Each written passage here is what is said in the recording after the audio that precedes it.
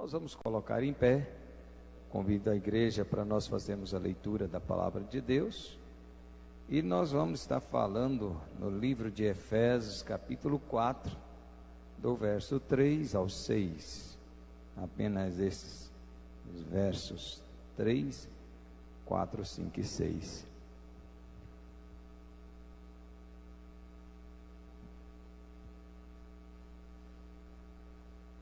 Amém? Efésios capítulo 4, versículo 3, 4, 5 e 6.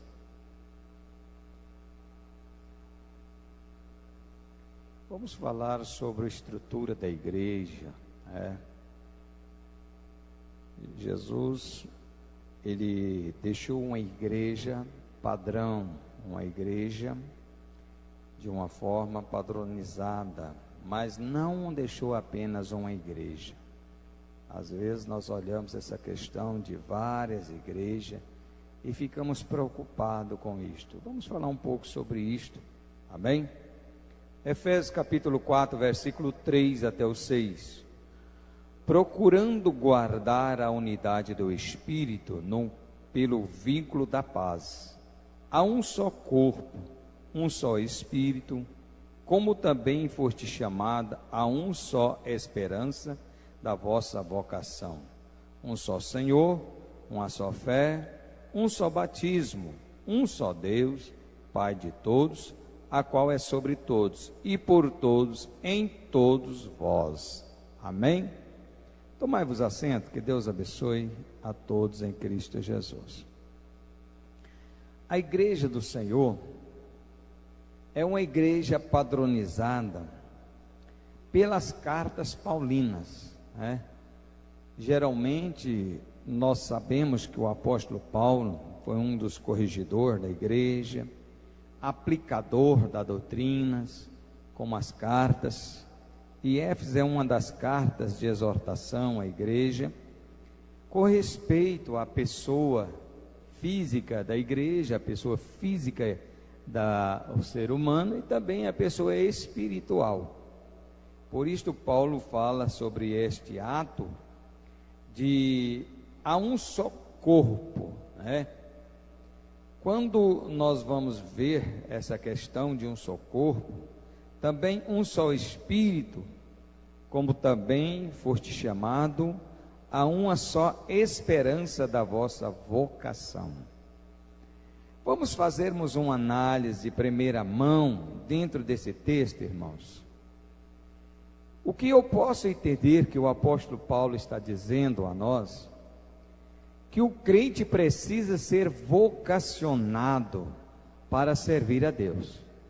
Se ele não tiver uma vocação de servir a Deus, de cultuá-lo, de orar, de render graças a Deus, ele não se enquadra no padrão da igreja. Por isso que Paulo diz que aqui, que nós precisamos entendermos que somos vocacionados. Um só Senhor, uma só fé, um só batismo, um só Deus e Pai de todos, a qual é sobre todos, em todos e todos vós. A palavra está dizendo em todos vós. Isso quer dizer que Paulo estava refletindo a mais algumas igrejas que já existiam naquela época. Igrejas que já ministravam a palavra de Deus, que já pregavam o evangelho da salvação, pessoas que já tinham a vocação de servir a Deus como único e eficiente Salvador. Então, meus amados irmãos, nós precisamos entender isto. Existe um dizer, por que não dizer assim, um provérbio, de uma igreja universal. A igreja é uma só. Não é não, irmão. Não vem com esse negócio para cá não, que isso é coisa da igreja católica romana, viu? Eles estão criando essa ideologia, dizendo que a igreja é uma só, para poder aproximar-se da igreja, entremear-se na igreja. Mas eu vou mostrar para nós aqui hoje, que quando Paulo iniciou, já existia uma variedade de igreja, Não confunda cabeça, não confunda corpo, Não confunda espírito com igreja. Nós temos que entendermos que esta questão, ela é problemática. Depois nós precisamos entender que a igreja, ela é mantida pela Bíblia Sagrada como regra de fé. Quando o Senhor ordenou a Moisés que tirasse o povo da escravidão da terra do Egito, logo no Monte Sinai, Deus deu a eles as tábuas das leis, para que ensinasse o povo o que poderia fazer e o que não poderia ser feito. Para a igreja, Deus nos deu a Bíblia como regras de fé. A Bíblia nos ensina o que devemos e o que não devemos fazer.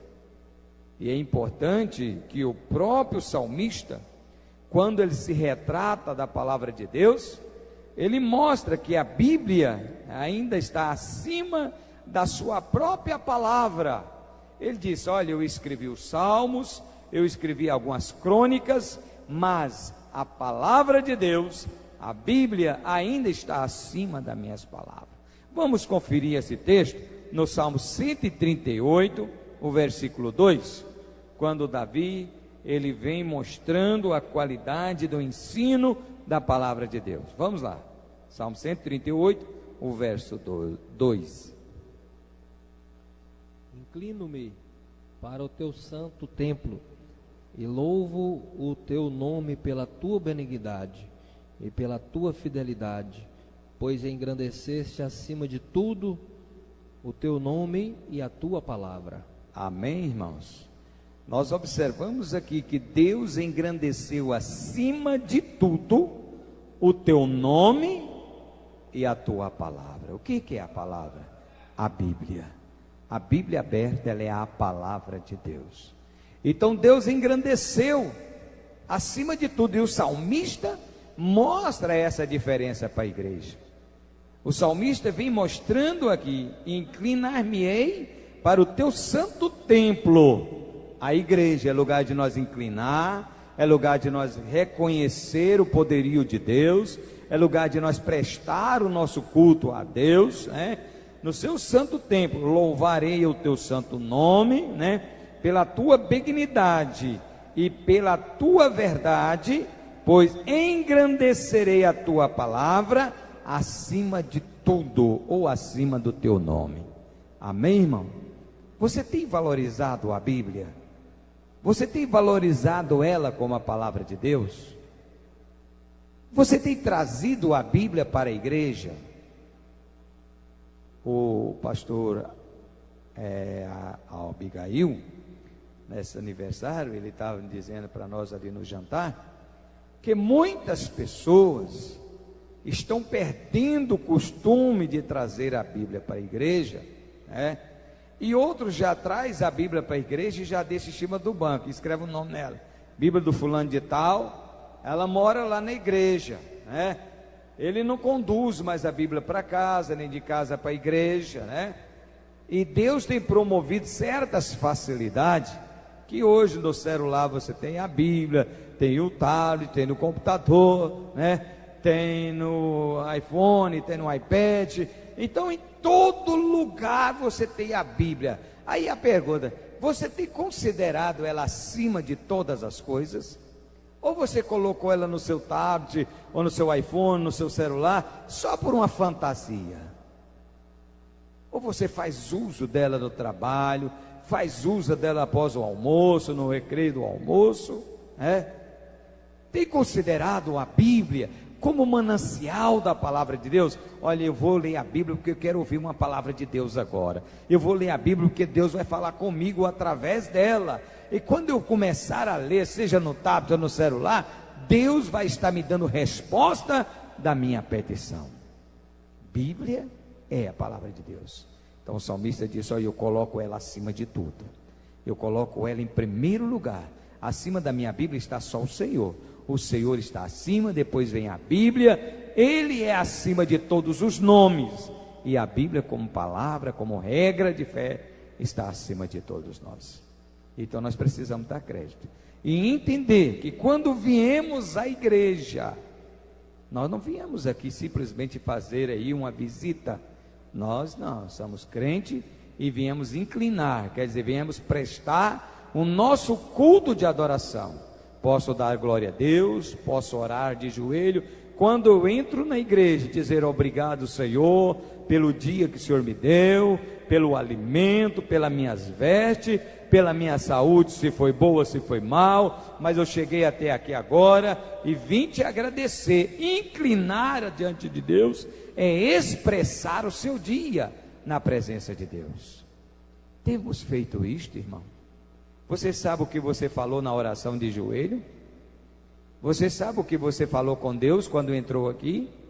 Ou já esqueceu tudo e não fez sequer uma meditação? Você precisa pensar nisto. Deus, eu estou aqui para agradecer o meu dia. Eu estou aqui agradecendo o alimento, eu estou agradecendo as minhas vestes, eu estou agradecendo a minha saúde, a minha família, se foi bem, se foi mal. Inclinar-lo-ei no teu santo templo. Reconheço o teu poderio. Quando eu entro nesta casa, eu respeito os bancos, eu respeito a porta, eu respeito tudo que tem aqui dentro, porque são coisas santas que pertencem ao Senhor. Então este lugar é santo, e nós somos um povo que estamos santificando a nossa vida para morar no céu. Amém? Então vamos caminhar um pouquinho mais. Enquanto você procura 1 Timóteo, pastor, capítulo 3, versículo 15, sabemos que a igreja de Deus é coluna e baluarte da verdade, né? Andamos com ele. A igreja é coluna para sustentar, baluarte para aguentar, às vezes os Ventembergos, os ventos, né? Então a igreja é um lugar que está aqui firmada.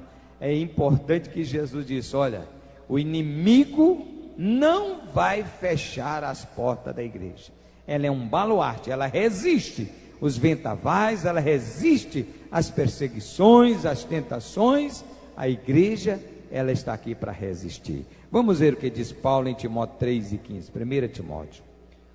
Para que no caso de eu tardar, saibas como se deve proceder na casa de Deus, a qual é a igreja do Deus vivo, coluna e esteio da verdade. Amém, irmão? Coluna ou esteio da verdade. Repete, baluarte. Irmãos, mas se eu tardar, para que saiba que como convém andar na casa de Deus. Isto está falando da doutrina. O seu comportamento na igreja do Senhor Jesus Cristo. Eu não estou falando um comportamento de vestuário. Não. Veste tem que ser decente. Qual for ela, sendo decente, é uma boa veste. Agora, eu estou falando do seu comportamento cristão. A pessoa que ele vem na igreja para bater papo, a pessoa que vem na igreja para ficar brincando de celular, há pessoas que vêm na igreja para mandar um Face para o outro, Ela poderia até ter uma internet aqui na igreja, mas se a gente colocar os adolescentes, os jovens, eles não vão assistir o culto, Há irmãs que às vezes até aproveitam o tempo do culto para brincar um joguinho, Como é que você tem tratado? Mas, se tardar, para que saiba como convém andar na casa de Deus, que é a igreja do Deus vivo. Não é um Deus de parede, não, é um Deus que vê todas as coisas, é um Deus vivo. Nós falamos na Santa Ceia que a diferença do pão com a carne, na Santa Ceia eu mostrei Jesus vivo, a minha carne é comida. Agora nós estamos falando desse Jesus vivo, que vê, que enxerga, que está olhando para você, que está vendo a sua forma de andar, a sua forma de trajar, o seu pensamento, o seu comportamento. Estamos falando desse Deus, que os olhos dele estão patentes, está vendo. E o que mais é importante, obrigado, irmão, o que mais é importante é que Deus vê por dentro e vê por fora. Que os olhos do Senhor, Ele enxerga por dentro e que enxerga por fora. Hoje um irmão me perguntou e disse: pastor, aquela palavra da Santa Ceia, ela falou comigo por dentro, eu tinha que vir aqui conversar com o Senhor. E coisa simples, mas a palavra falou com ele. A palavra às vezes fala com a gente por dentro. Será então que eu estou fazendo algo errado? Será que eu estou procedendo errado da maneira que eu estou? A palavra que Deus usou lá na igreja hoje, falou comigo por dentro. Algo que eu não pensava que era assim. Eu achava que estava normal. Eu achava que eu podia, que eu devia fazer. Mas a palavra de Deus é como espada de 2 fios, que penetra entre a junta e as médulas, e vai até a divisão da alma. Ela separa o certo do errado. Ela faz com que o Espírito te dá discernimento, para que você entenda o cumprimento da palavra de Deus. Então nós precisamos ter esse entendimento.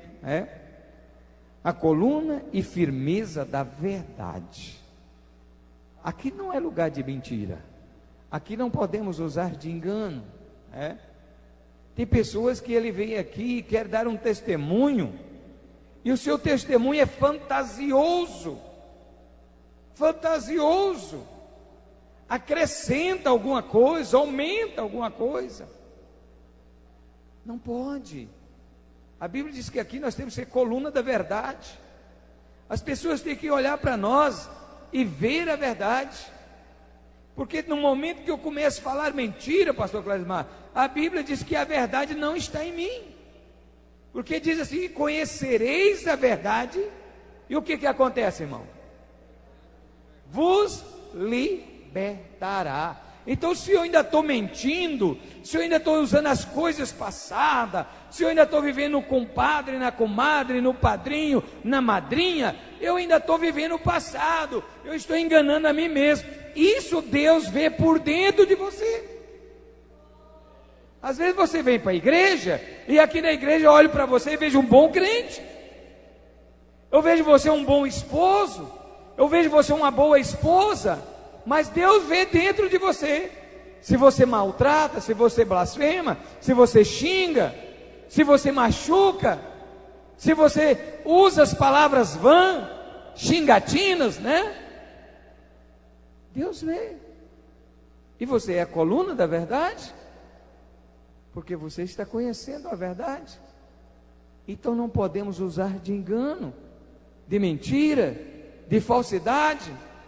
É preciso que a verdade prevaleça em nossas vidas, de uma maneira em que Deus se corresponde com as nossas necessidades. Vamos caminhar mais. Agora sim, Evangelho de João 16, versículo 13, O Senhor prometeu, refrear aqueles que não dá, ou vamos dizer assim, moral ao Espírito Santo. Sofre as consequências. Nós precisamos entender que em primeiro lugar, quem tem que participar da nossa vida como cristão, Espírito Santo. Vamos ler, João 16, 13. Quando vier, porém, aquele, o Espírito da verdade, ele vos guiará a toda a verdade, porque não falará de si mesmo, mas dirá o que tiver ouvido, e vos anunciará as coisas vindouras. Amém, irmãos? Olha, João está dizendo, João escreve a Igreja Universal, que quer dizer a todas as igrejas, tá?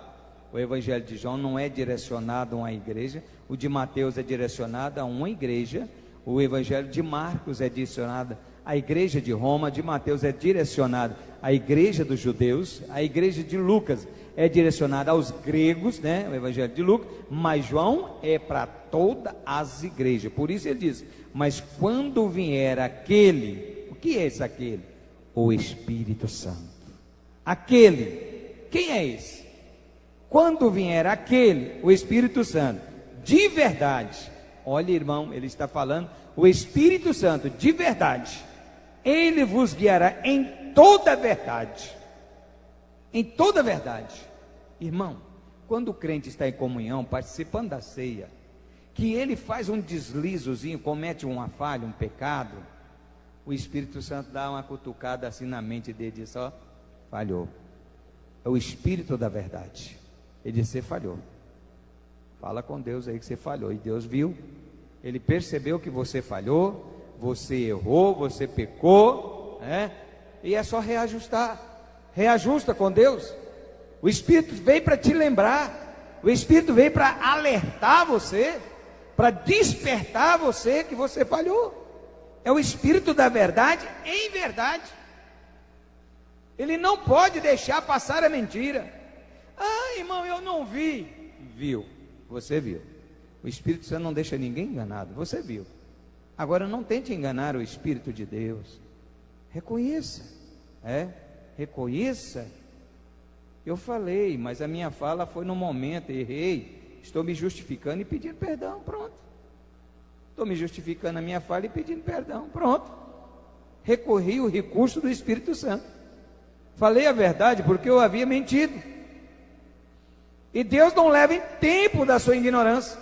Deus não leva em conta. Quando que você conserta com Ele? O problema é que muitas das vezes nós queremos resguardar. O inimigo diz: não faça isso, não fala não, não conta que você errou não, fica só com você e eu. Não é com você e Deus não, é você e eu e o inimigo. O erro não fica com você e Deus, o erro fica com você e o inimigo. Só que quando você começa a ficar um crente avivado, despertado, ele diz: ei, você está alegrinho, hein? Você está esquecendo que eu tenho aquilo na minha mão? Você fez isso e isso. Ah, é mesmo, não posso nem ficar glorificando algo. Eu tenho uma vontade de voltar a falar em língua, mas toda vez que eu fico avivado, o Espírito Santo me condena.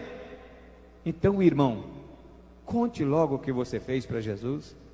Fale para Ele, confessa para Ele, diga para Ele, desfaça dessa mentira, desfaça desse engano, porque você hoje sobrevive o Espírito da verdade. Não é o espírito do engano, não é o espírito da mentira, mas o Espírito da verdade. Ele vos guiará em toda a verdade, porque não falará de si mesmo, mas dirá tudo o que tiver ouvido e visto. Esse é o problema.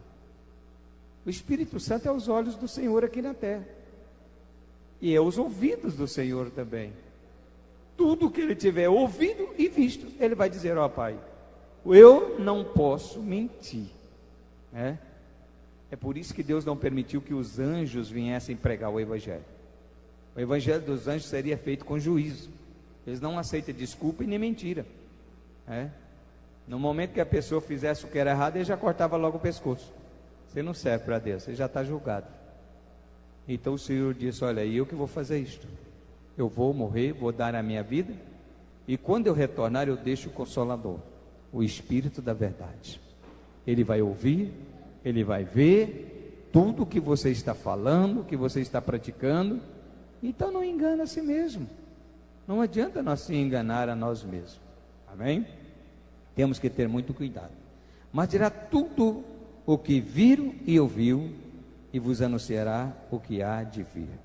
Olha, você fez, pode trazer consequência. Se não consertar, vai lhe dar problema. E isto é um problema sério. Às vezes eu me coloco o Espírito Santo, uma forma de colocar, na forma de um médico que atende um paciente que bebeu veneno. O Espírito Santo é a forma do médico que atende o paciente que bebeu veneno. Ele vai dizer: olha, você errou, vai ter que fazer aí um laxante aí, vai ter que tomar aí um remédio que não é agradável, o remédio é ruim, o laxante é ruim, você vai dar uma fraqueza, o coração vai disparar, mas tem que consertar, não vai ter que dar um jeito. A cobra te picou, você bebeu, tentou suicidar, vamos tentar salvar, porque morrer você já queria, morrer você já queria. O salário do pecado é o que, irmão? No momento que eu deixo o meu pecado encoberto, eu estou me sepultando. No momento que eu não confesso, eu já estou jogando terra em cima de mim. O salário do pecado, o que eu ganho com isso? Morte espiritual. Então eu preciso ter cuidado. Por isso Paulo chega a dizer: examina, pois, o homem a si mesmo, assim coma do pão e beba do cálice. Porque se comer indigno, sem confessar, sem reconhecer, está comendo morte para si. Você vai sofrer. Por causa disso, há entre vós muitos doentes e fracos, porque não está fazendo conta, não está vendo o tamanho do perigo que é tomar a ceia do Senhor indignamente. Por causa disso, Paulo diz: há entre vós muitos fracos. E Deus está vendo todas essas coisas. Mas vamos voltar para o texto lido. Um só corpo, né?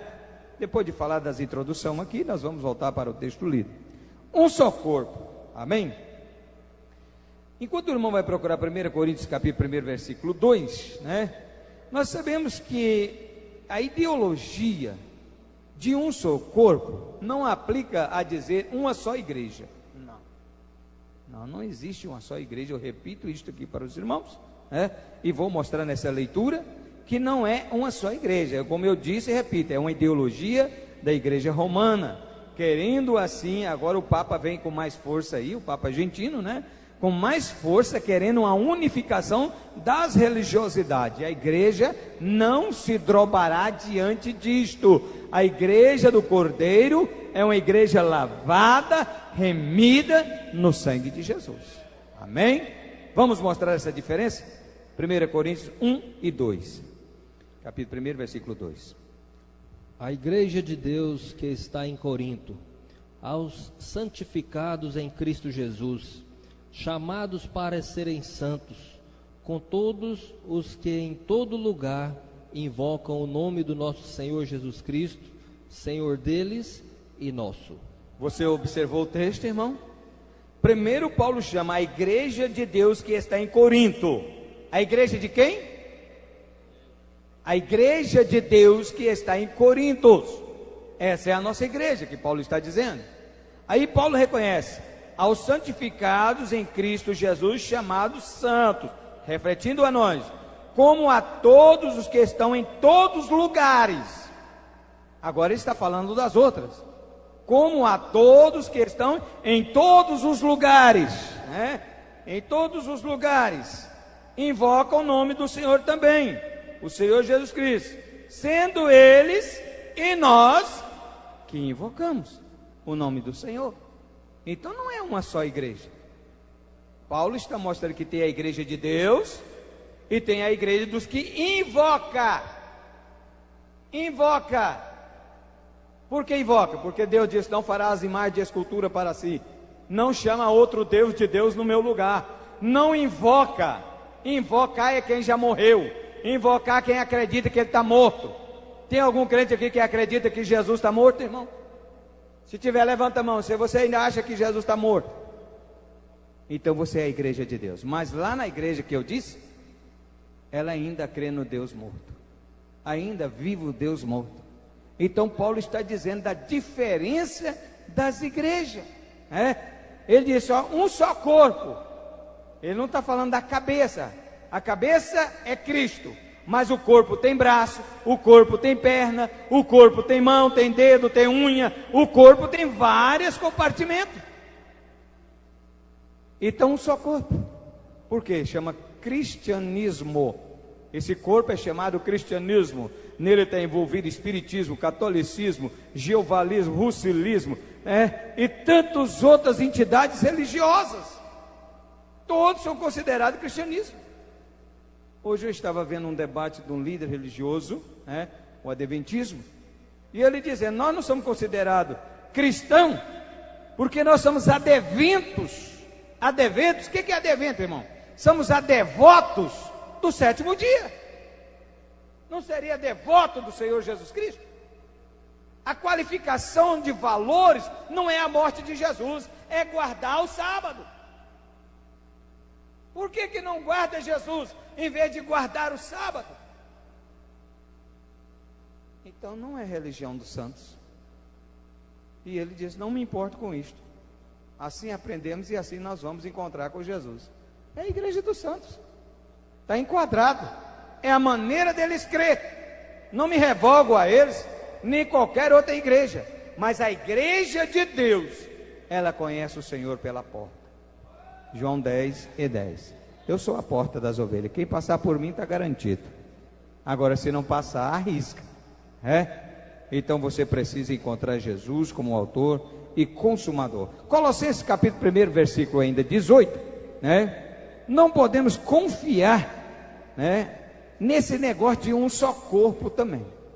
Não, nossas igrejas é a mesma, você vem cantar aqui, vem pregar aqui, eu vou lá na sua igreja. Cuidado, irmão, vamos dar uma observada aí. Colossenses 1:18. Ele é a cabeça do corpo, que é a igreja. É o princípio e o primogênito dentre os mortos, para que em tudo tenha a supremacia. Olha aqui, irmão, para que em tudo tenha o quê?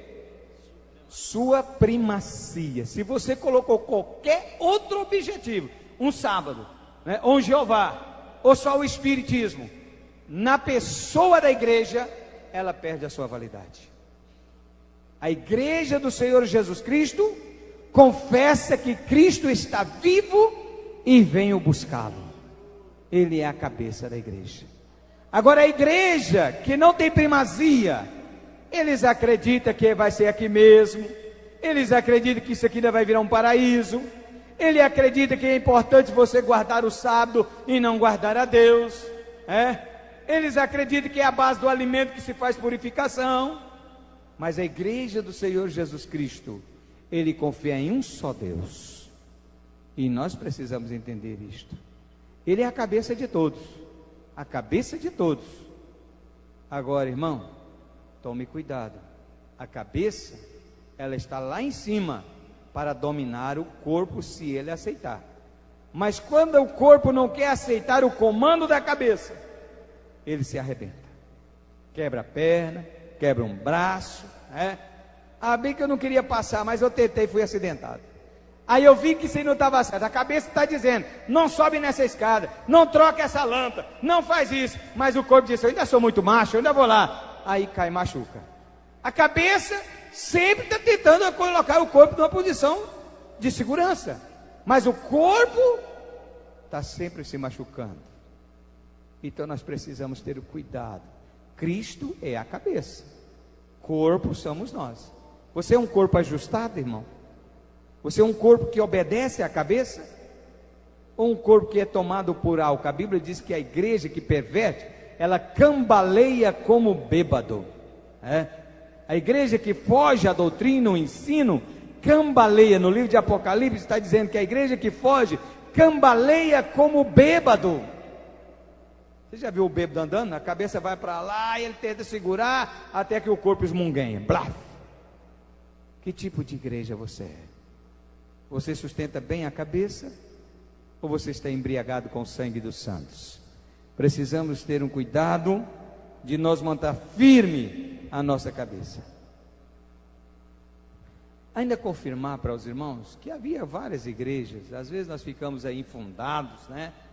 Não, veja que diz aí Dr. Lucas em Atos capítulo 15, o versículo 41, já havia algumas igrejas naquela época que levavam a palavra de Deus também, alguns ministérios que anunciavam, mas porém a Bíblia encaminha a igreja dos apóstolos e dos discípulos, e é esta igreja que nós fazemos figura dela aqui na terra. Vamos lá? Atos capítulo 15, versículo 41, vamos ler. Passou então pela Síria e pela Cilícia, fortalecendo as igrejas. Olha aí, passou por onde? Pela Síria e a Cilícia. Fazendo o quê? Fortalecendo as igrejas.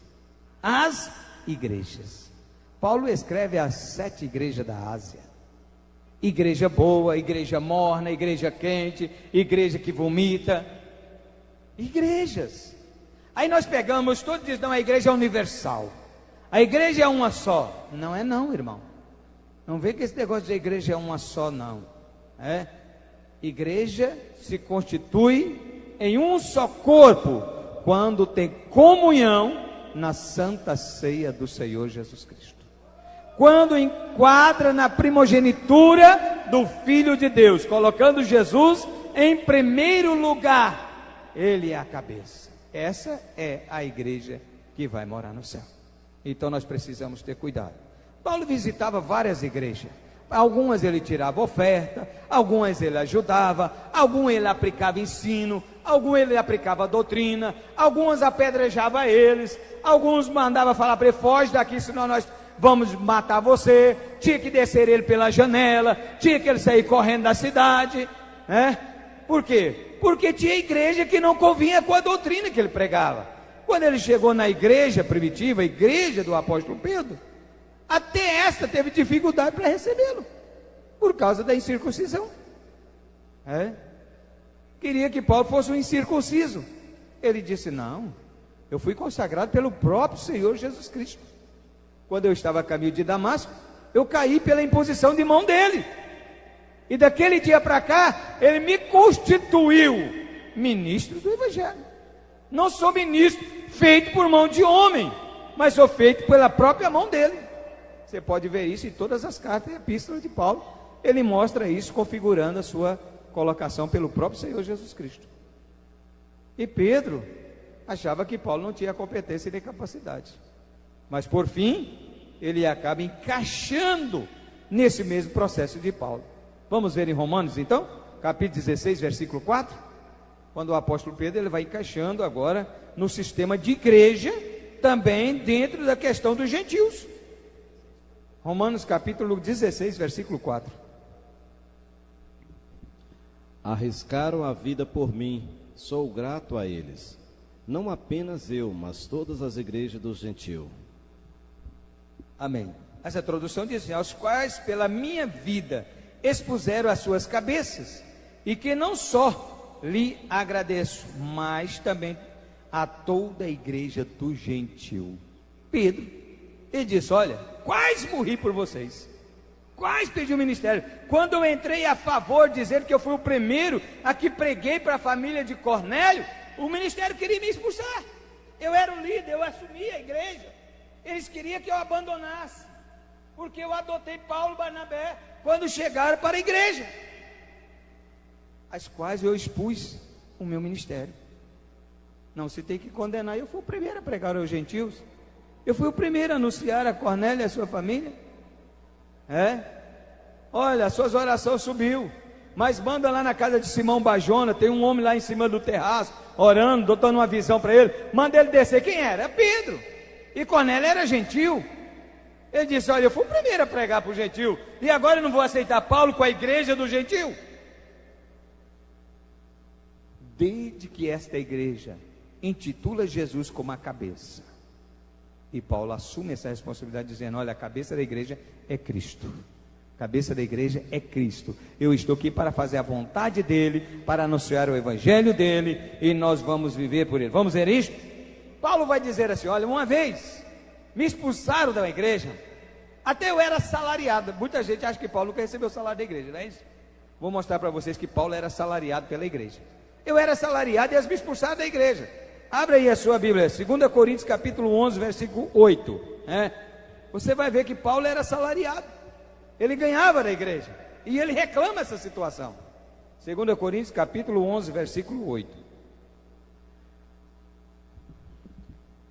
Despojei outras igrejas, recebendo delas sustento a fim de servi-los. Amém. Vamos para a tradução.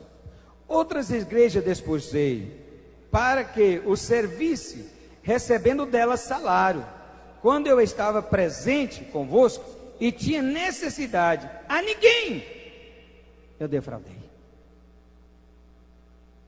Eu achei melhor sair, porque implicava comigo, porque a igreja me ajudava, porque a igreja me salariava. Então eu achei melhor largar o despojo, largar o salário, e sair fazendo a obra de Deus. Paulo, ele era salariado.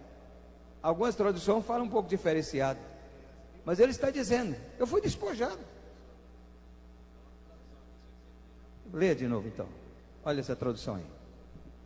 Outras igrejas despojei eu para vos servir, recebendo delas salário, e quando estava presente convosco e tinha necessidade, a ninguém fui pesado. Olha aí Paulo dizendo: não, se você está achando que eu sou pesado para a igreja, eu vou andar, vou fazer tenda, vou fabricar tenda, eu tenho profissão.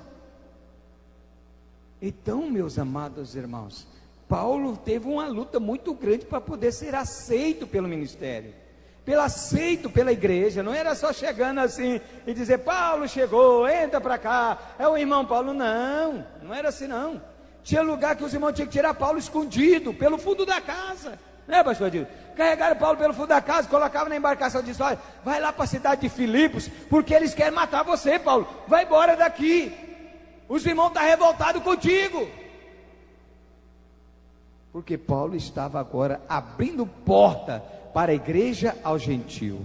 Igreja essa que alcançou a nós, igreja essa que chegou até a nós, pelo intermédio do ministério do apóstolo Paulo. Então nós falamos de Jesus como uma só cabeça, um só Espírito, né? Vamos entrar nessa área de um só Espírito, né? Quando eu estava com ele, o Senhor nos agradava. Veja primeiro, melhor, Evangelho de João, capítulo 17, versículo 12. Um só Espírito.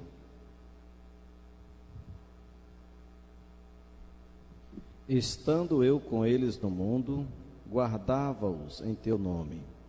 Tenho guardado aqueles que tu me deste, e nenhum deles se perdeu, senão o filho da perdição, que para a Escritura se cumprisse. Meu Deus, isso aqui agora é pesado, irmão. Olha, irmão, nós vimos aqui João mostrando uma palavra do Senhor Jesus Cristo, como pastor da igreja. Ele chega e diz: olha, estando com ele no mundo, eu guardava o teu nome. Eu nunca blasfemei o nome de Deus. Eu nunca me assumi acima de Deus. Eu sempre dizia que eu e meu Deus, nós éramos um. Tenho guardado aqueles que tu me deste. Olha, eu tenho levado os apóstolos, os discípulos, a um caminho da verdade. Tenho guardado eles, protegido eles. E aqueles que me serviste como igreja, eu tenho guardado eles, tu me deste, e nenhum deles se perdeu, senão tinha que ter o filho da desobediência, tinha que ter um Judas lá, ele fala de Judas, senão o que já era predestinado, o que já era filho da desobediência, aquele que está na igreja não por causa da igreja, mas por causa da eleição, aquele que está na igreja para fazer amizade, para ganhar os votos, aquele que está na igreja às vezes para fazer conhecimento para o futuro dele. Ele não está na igreja por amor à igreja. Você não vê ele trabalhando em ganhar alma, você não vê ele trazendo alma para a igreja, você não vê ele visitando um pecador, você vê visitando um crente. E aí, irmão, já sabe quem vai votar? E aí, irmão, já sabe o que vai fazer o ano que vem? E aí, irmão, como é que nós vamos fazer o evangelismo? E aí, irmão, como é que vai ser o culto hoje à noite? Nós vamos estar lá junto, pegados na oração? Vamos estar lá fazendo a obra de Deus? Vamos chegar mais cedo? Vamos pegar na mão dos irmãos antes de sair da igreja? A diferença do crente político, do crente que serve a Deus. Jesus disse: olha, aqueles que o Senhor me deu, eu fiz tudo para que eles não se perdessem. Mas tinha um político lá, irmão. Tinha. Ele foi lá no sacerdote e disse: quanto vocês vão me dar? Lá não estou conseguindo nada. Lá não está dando nada. O que vocês vão me dar? 30 moedas, tá bom? Tá ótimo, já vale. Agora eu vou entregar ele para vocês. 30 moedas eu entrego ele para vocês. Político. Monoteísmo. Em cima da obra de Deus. Ele pensou que fazia isso, e como todos que faz, pensa. Vocês já observaram? Coreia Abiram pensou assim, Datã pensou assim, que ele ia fazer isso, ia sair bem, ia dar tudo bem da vida, ia dar tudo certo. Mas aí abre uma fornalha e ele cai dentro. O perigo é isto, irmão. Nós temos que ter o cuidado. O político é uma benção, a política é uma benção, mas não faz politeísmo na igreja. Não use a igreja para ser bancada de votos. Não use a igreja para ser degrau de sua posição financeira. Use a igreja como a porta do céu, aonde você traz a pessoa e diz: olha, aqui o caminho, aqui é a verdade, aqui é a vida, anda nele e seja perfeito.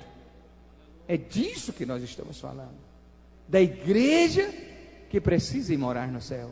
Nenhum do que o Senhor me deu se perdeu. Você já viu o crente verdadeiro? Vem um pastor, passa, ele está firme, é uma palavra do jeito, vem outro, a palavra do outro jeito, mas ele está firme, ele é fiel, ele é verdadeiro. Passa 10 anos, passa 15 anos, passa 20 anos, 30 anos, o pastor volta lá, você ainda está aqui, irmão? Estou aqui firme, esperando Jesus voltar. Ele é verdadeiro, ele é sincero, ele é honesto, né? Eu estava falando com o irmão lá em Itapirapuã, já tem mais ou menos 10 anos que eu passei por lá, né? Ele disse, sou o mesmo jeitinho, pastor, mesmo jeitinho, moro na mesma casa, estou no mesmo lugarzinho, e vou para a igreja do mesmo jeito. Eu conheço essa igreja aqui há mais de 20 anos, e conheço o crente que está aqui há mais de 20 anos, e ele vem na terça, ele vem na quinta, ele vem no domingo, ele está aqui sempre esperando, é o crente verdadeiro, é o crente que quer morar no céu, importa o que acontece, 1000 cairão do lado, 10.000 do outro, só vejo com meus olhos, mas eu tenho um alvo, eu tenho Cristo que é a cabeça da igreja, eu sou nele ligado como um corpo, e eu vou morar no céu. Esta é a igreja que prospera, é a igreja que permanece, não é a igreja do vento que leva, do vento que traz, nós precisamos ficar firme até a volta do Senhor Jesus Cristo, pois é assim que o Senhor nos fala, amém? Enquanto estava com ele, o Senhor agradava, nós vimos aqui já, Então vamos para Marcos 16:14, a ausência dele por causa da sua morte, até mesmo os 11 duvidaram da sua ressurreição. Isso aqui é notório. Pode ler. Marcos 16:14. Na ausência de Cristo a gente tem muita preocupação, Finalmente apareceu aos 11, estando eles assentados juntamente, e lançou-lhes em rosto a sua incredulidade e dureza de coração, por não haverem crido nos que o tinha visto já ressuscitado. Amém, irmãos? Olha, Jesus dá uma dura nos discípulos aqui, porque, pastor, às vezes eu fico olhando esse texto aqui, eu penso, será que Jesus não podia ter sido direto, né? Tem irmão que fala assim, o pastor tinha que falar, era para mim, não podia falar na igreja não, mas Jesus não fez isso também não, ele falou para todos por causa de um. Tomé duvidou da ressurreição de Jesus, só Tomé que duvidou, os outros ficaram de boa, mas Jesus pega todos, né? Assentado à mesa, lançou-lhe ao rosto as suas incredulidades, a dureza de coração. Ele chega a dizer, bem-aventurado aqueles que não viram, mas creram. Mete o dedo aqui, põe a mão. Você é aquele que só vê, só acredita vendo, né?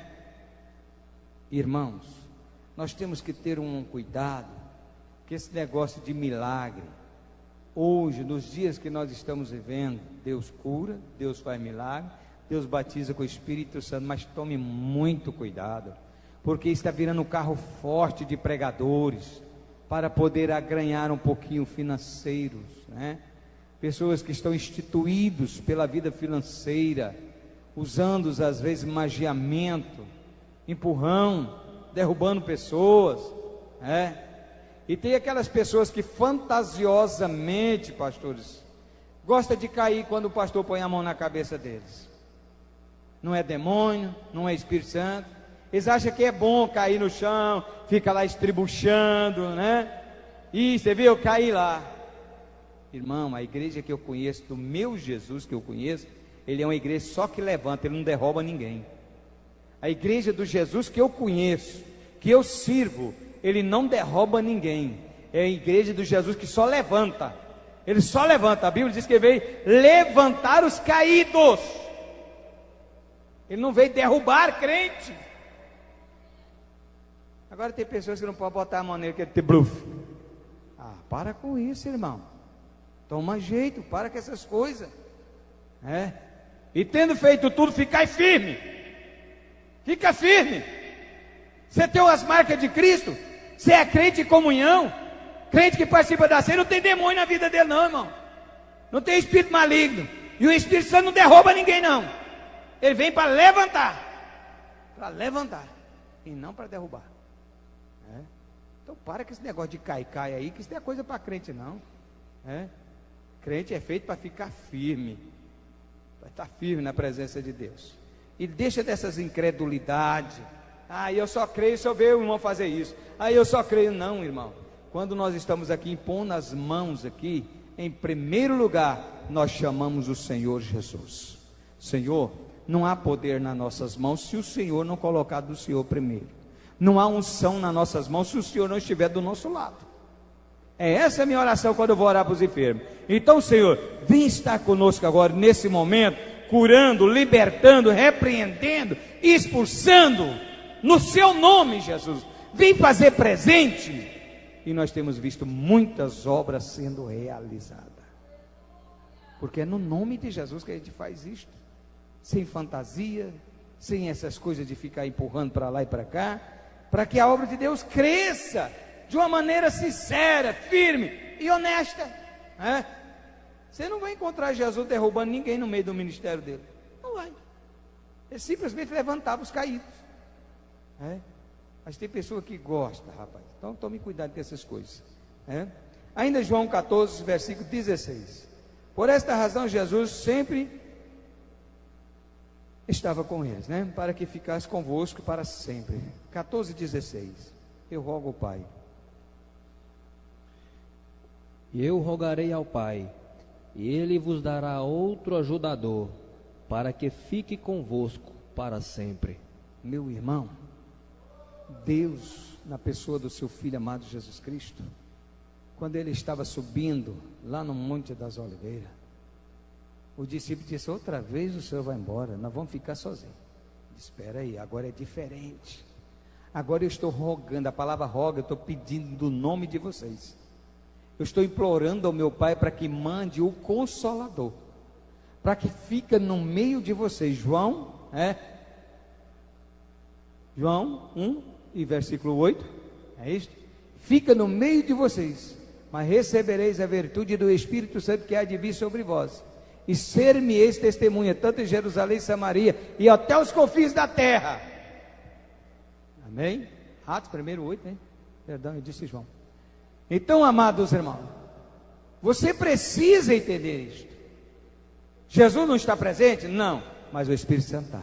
E ele é a presença do Senhor Jesus Cristo. Não é presente, é a presença. A presença do Senhor é vista na igreja por mover do Espírito Santo. O que é mover, pastor? É quando o irmão levanta a mão e diga glória a Deus. É quando o irmão levanta o braço e diga glória a Deus. O Espírito Santo está movendo, está movimentando. O crente pode pular, o crente pode gritar, o crente pode sapatear, é do Espírito Santo. O crente só não pode cair.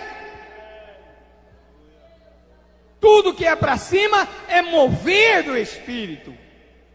É o poder do Espírito Santo de Deus. Agora, irmãos, nós precisamos receber esse mover do Espírito. Uma certa vez no Parque Amazônia, eu era líder de jovem, e um irmão chamado Geraldo aceitou Jesus, e ele tinha muita vontade de falar em línguas estranhas, que até para morar perto da igreja e dizer que entusiasmava com a irmã Judite, porque ela falava uma língua bonita demais, e ele ficava ouvindo. Ele disse: como é que eu recebo? Que jeito eu faço? E ele ficava naquela preocupação, e ele chegou no pastor Mauro, e ele disse: irmão, libera, deixa Deus te usar. Quanto mais alegre você ficar, mais você glorifica, mais você busca a presença de Deus. Mas sabe que jeito que ele fazia? Ele endurecia, irmão, ele travava.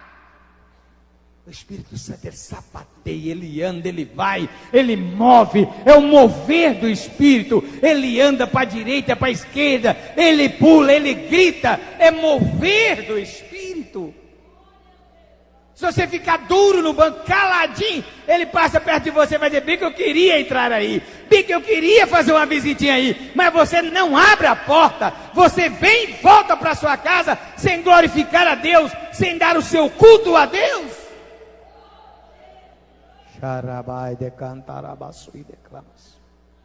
Mover do Espírito Santo.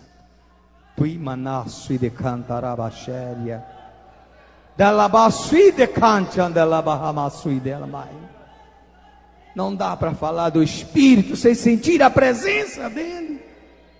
Não dá para falar dele sem sentir o mover dele na sua vida.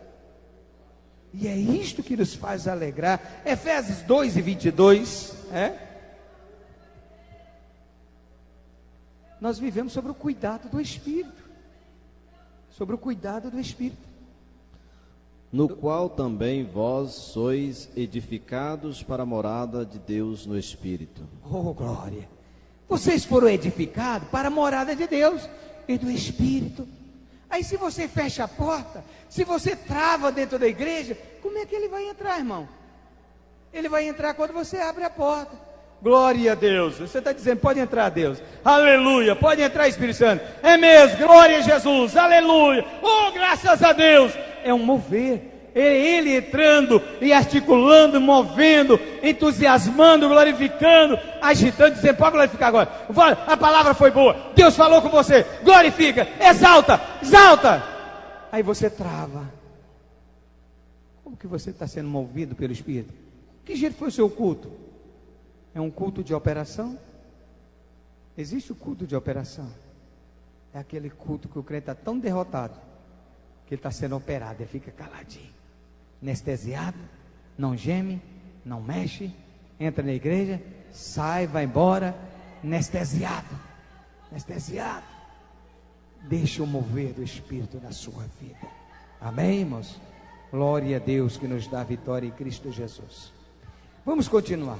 Efésios capítulo 1, versículo 13. Todo alvo, ou melhor, todos os salvos é selado com o mesmo Espírito, em quem também vós estáis, depois de ouvistes a palavra da verdade, o evangelho da vossa salvação, e tendo nele também crido, fostes selados com o Espírito Santo da promessa. Oh, glória a Deus! Depois de ouvir a palavra da verdade, depois de você estar nele, agora vem o selo da promessa. Esse aqui é meu, está carimbado com o meu Espírito. Esse aqui me glorifica, esse aqui me exalta. Este é meu, foi ouvinte, foi guardado e agora selado pelo meu Espírito. Você tem o selo da promessa, irmão?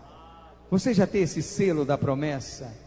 Porque se você não tem, o diabo vem verificando a mercadoria, vem ver se você tem o selo do imetro de Cristo, O selo do imetro de Cristo é o sangue dele, é a graça dele, é o Espírito na sua vida. Quando o diabo vê aí o imetro do Espírito, ele diz, esse aqui está selado, eu não posso tocar, esse aqui eu não posso mexer, ele é selado com o Espírito Santo. Eu queria derrubar a família, eu queria destruir a ele, eu ia pôr um AIDS, eu ia pôr um câncer, eu ia dar uma mistura, mas ele é selado pelo Espírito.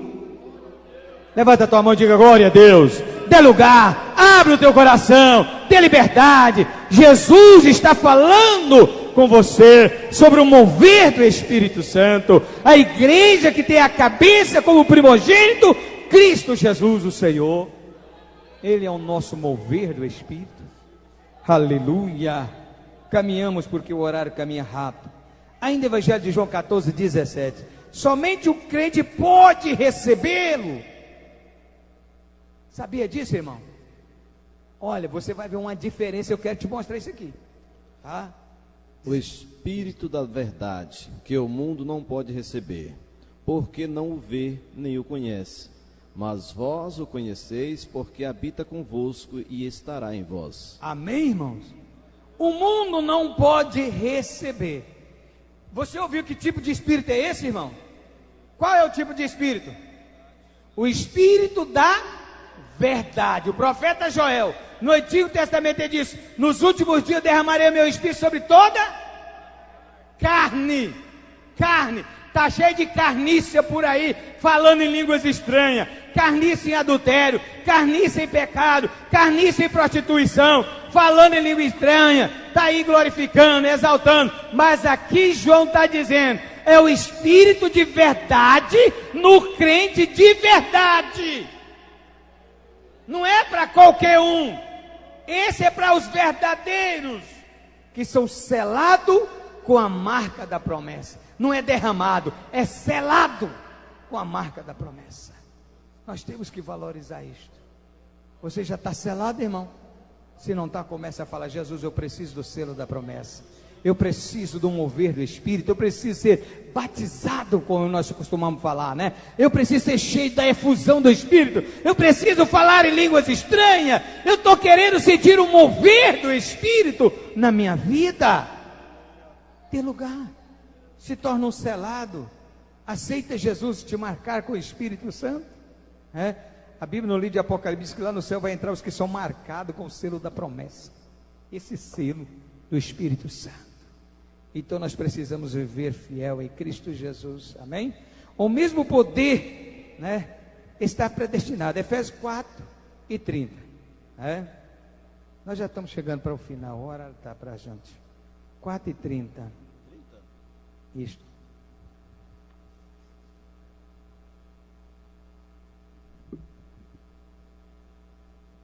E não entristeçais o Espírito Santo de Deus, no qual estáis selado para o dia da redenção. Oh, meu Deus. E se ele vier e você tiver entristecido o Espírito Santo? Prepara aí, irmão, Tessalonicenses, 1 Tessalonicenses 5:19. Não entristeçai o Espírito Santo no dia que o Senhor voltar. Se você não tiver selado, não vai. Cadê o selo do imetro do Espírito Santo? Eu estou usando a palavra imetro aqui, porque todo mundo que vai comprar alguma coisa quer olhar o selo do imetro, Se está em dia, se não está vencido. O Espírito Santo é o selo do imetro. Amém? 1 Tessalonicenses 5:19. Olha aí, não extingua. Não extingais o Espírito. Não tira de você o Espírito Santo. Não coloque o pecado como principal na sua vida. Não empurra ele. Extinguir, irmão, é como se eu fosse sentando aqui empurrando vocês até eu tomar o lugar, até eu tirar você e ficar no seu lugar. A vaidade, as fantasias, as fornicação, o adultério, o roubo, os delírios da carne, tudo isso extingue o Espírito Santo, tudo isso expulga o Espírito Santo. Você tem que ter cuidado. Meu Deus, eu não estou falando em língua, tem alguma coisa errada comigo. Eu oro e não estou sentindo alegria, tem alguma coisa, irmão. Vê o que é que está empurrando o Espírito Santo para fora. Vê o que é que está tirando o Espírito Santo da sua vida. Amém? Uma só esperança, a esperança da vida eterna, a qual Deus não pode mentir, prometeu antes de todo o tempo e de todos os séculos. É uma promessa, uma só esperança. A esperança que é? Qual é a sua esperança, irmão? A vida eterna. Eu vou perguntar e você responde. Qual é a sua esperança, igreja? A vida eterna. Paulo disse, uma só esperança. Qual é a esperança? A vida eterna. Não dá para comentar mais e tem muito texto de referência. Um só Senhor. Amém, irmãos? Lucas 6:44. Um só Senhor. Não fará para você outro Deus. Não constitui outro Deus para você. Se você encontrar, lê para mim Lucas 6:46. Amém? Para nós ganhar tempo. 6:46. E por que me chamais Senhor, Senhor, e não fazeis o que eu digo? Amém, irmão? Você acha que vai valer a pena ser só de fantasia, pastor? Será que vale a pena? Por que me diz Senhor, Senhor, e não me obedece? E não faz o que eu mando? Irmão? Tem muita pessoa dizendo que é um só Senhor, mas ele não obedece. Senhor de quê? Senhor de quem? Senhor quer dizer, quando eu chamo uma pessoa de Senhor, eu estou sendo submisso a Ele. Eu estou ali por ocasião de obediência. Sara obedecia o teu marido a ponto de chamar de Senhor. Senso de obediência, de sentimento de responsabilidade. Você tem respeitado Jesus como o Senhor da sua vida? Ou você tem simplesmente vivendo uma fantasia? Está cheio de fantasia de Jesus, irmão. Você vem na porta da padaria um bilhetinho pregado de Jesus, no carro um bilhetinho pregado de Jesus, no muro está uma parede pintada de Jesus, para todo lado tem Senhor, mas Ele é o seu Senhor.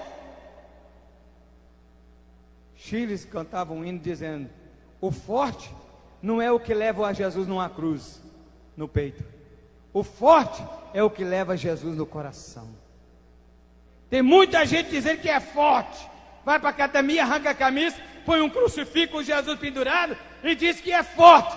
O forte é que tem Jesus no coração, não é que leva Jesus numa cruz, não.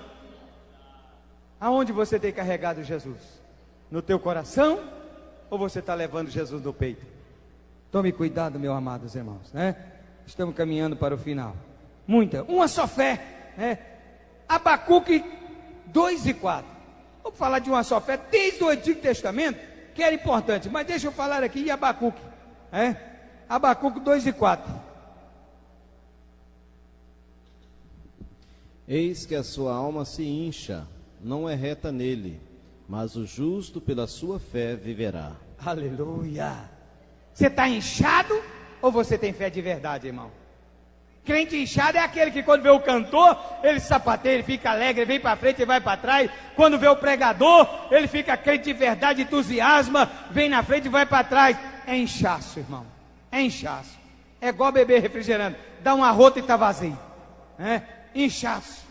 Mas quando o crente é estruturado, seu irmão deve aqui na Bíblia dizer: o Senhor é o meu pastor, nada me faltará, e já diz: glória a Deus. Olha que palavra bonita, olha que mensagem poderosa. O Senhor é o meu pastor. Aí chega o teólogo e diz: o Senhor é o pastor da igreja. Não, basta a tua palavra e a minha alma viverá. Só uma palavra. Diga uma palavra e minha filha já fica curada. Só uma palavra. Eu não sou crente inchado. Eu sou um crente que é criado no Evangelho. Eu sou um crente que tem o costume de servir o Senhor segunda, terça, quarta, quinta, sexta, sábado e domingo. Eu sou crente no Senhor Jesus Cristo todos os dias. Amém, irmãos? Se eu pudesse, eu ia ler Hebreus 12, 2. Se eu pudesse, eu ia ler Romanos 10, 17. Se eu pudesse, Atos capítulo 2, 42. Um só batismo. 1 Coríntios 1, 17, para nós finalizar. Vamos lá. Um só batismo, né? Às vezes, irmão, o camarada vem de outra igreja e diz: pastor, eu tenho que batizar de novo. Presta atenção, irmão. Em quem sois batizado? Vamos lá. Porque Cristo enviou-me não para batizar, mas para evangelizar, não em sabedoria de palavra, para que a cruz de Cristo se não faça vã. Amém, irmãos? Tem pessoa que ele não é para ser batizador, irmão. Ele é para pregar, é para evangelizar. A Bíblia só cita uma pessoa que Jesus escalou para batizar, irmão. Só uma.